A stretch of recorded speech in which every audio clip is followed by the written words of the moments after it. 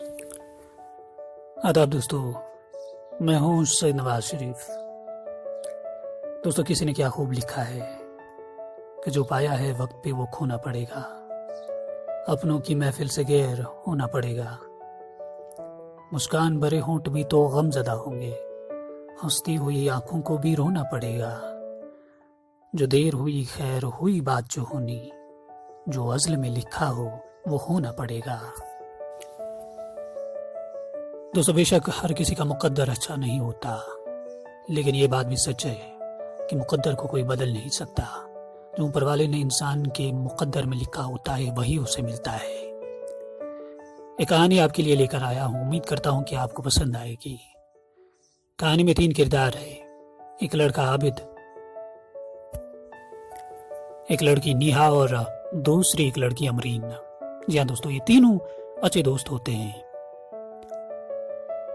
दोस्ती तो गहरी होती है, लेकिन साथ ही साथ आबिद और नेहा एक दूसरे को पसंद करने लगते हैं और एक दूसरे की मोहब्बत में गिरफ्तार हो जाते हैं।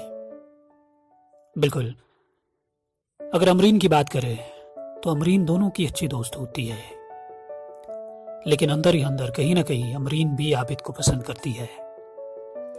दोस्तों, वक्त गुजरता रहता है, नेहा के पास ज्यादा वक्त नहीं होता है।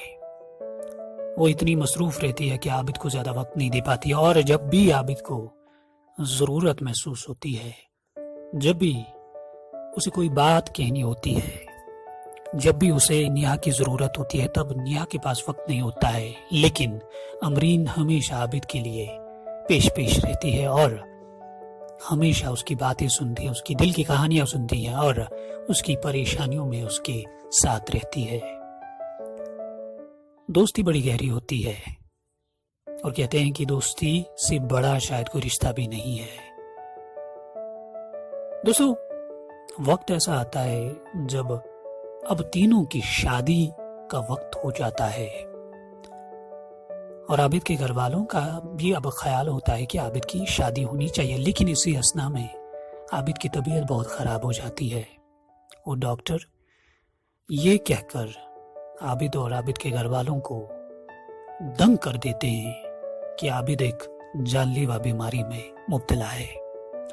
ये सुनकर आबिद के घर वाले आंसू आंसू हो जाते हैं। वो समझ नहीं पाते हैं कि आखिर ऊपर वाले ने किया क्या और किया क्यों। अब क्या कर सकते हैं? बहुत सारे डॉक्टर कंसल्ट करने के बाद सभी डॉक्टर यही कहते हैं कि आप इसे घर ले जाइए, इसका इलाज नहीं हो सकता, 2, 4, 5 महीने ज्यादा से ज्यादा जिंदा रह सकता है और तब तक इसे खुश रखने की कोशिश कीजिए। दोस्तों, आबिद के घर वाले उसे घर ले आते हैं और कोशिश करते हैं कि आबिद खुश रहे। इतने में आबिद की माँ अपने सभी घर के अफराद से कहती है कि मैं आबिद की शादी करवाना चाहती हूँ। लेकिन यह मुमकिन नहीं था, क्योंकि सभी जानते थे कि आबिद ज्यादा से ज्यादा 4-5 महीने जिंदा रहने वाला है। दोस्तों, आबिद की माँ इस जिद पे अड़ जाती है कि आबिद की शादी होनी ही होनी चाहिए और आबिद भी बड़ा परेशान हो जाता है। दोस्तों, आबिद नेहा को ये बात बताता है और उसे ये कहता है कि क्या तुम मुझसे शादी कर सकती हो? लेकिन नेहा कतई इनकार कर देती है और कहती है कि तुम भी जानते हो कि तुम ज्यादा से ज्यादा 4-5 महीने जिंदा रह सकते हो और मैं इतने वक्त के लिए अपनी जिंदगी बर्बाद नहीं कर सकती। आबिद बड़े परेशान, उम्मीदें टूटी हुई, दिल टूटा हुआ, आंखों में आंसू वापस आता है। दोस्तों, इतने में आबिद की बात अमरीन से होती है और वो अमरीन को कहता है कि घर वाले चाहते हैं कि मेरी शादी हो, लेकिन मैंने नेहा से कहा था, लेकिन वो शादी के लिए तैयार नहीं है और मैं अब नहीं चाहता कि कोई लड़की मेरे लिए अपनी जिंदगी खराब करे। तो अमरीन की आंखों से आंसू निकल आते और वो कहती है कि आबिद, मैं एक बात कहना चाहती हूँ। तो आबिद कहता है, हाँ बोलो। अमरीन कहती है कि मैंने तुम्हारा बहुत साथ दिया, मैं हमेशा तुम्हारे साथ रही और तुम हमेशा कहते थे कि अगर तुम्हें कभी भी मेरी जरूरत हो तो मुझे बोलना। आज मैं तुमसे एक चीज मांगना चाहती हूँ। तो आबिद कहता है, हाँ बोलो। मैं तो खुश हो जाऊंगा अगर मैं मरने से पहले तुम्हारी कोई ख्वाहिश पूरी कर सकता हूँ। तो अमरीन कहती है कि मैं तुमसे शादी करना चाहती हूँ, क्या तुम राजी हो?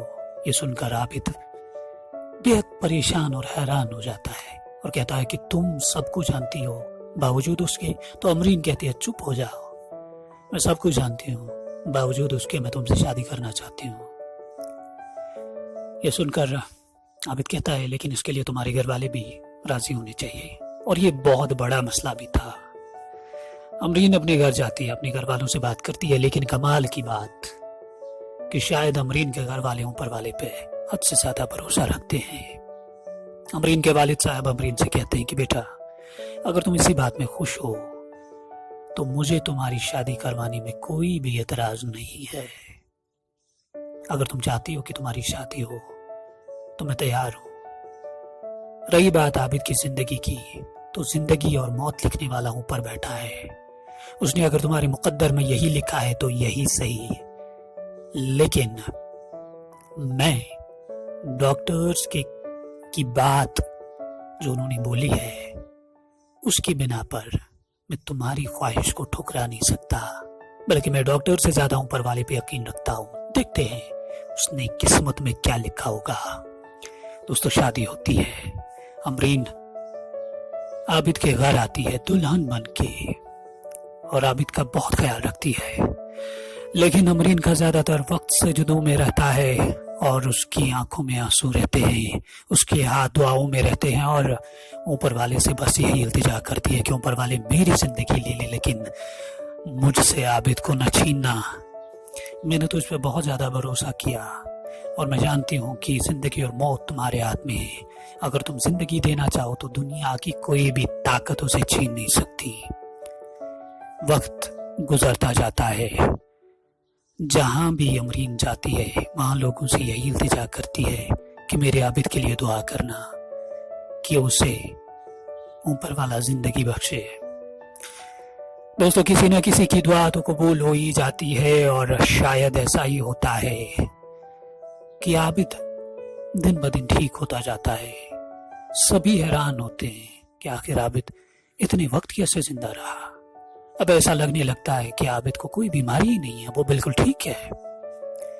अमरीन खुश होती है और जिंदगी गुजरती रहती है।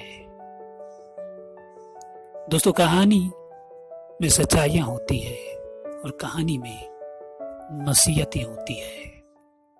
मोहब्बत में अगर सच्चाई हो तो उसे कोई हरा नहीं सकता, और अगर ऊपर वाले पे यकीन हो, अगर आप ऊपर वाले के साथ तवक्कल करें तो वो भी आपको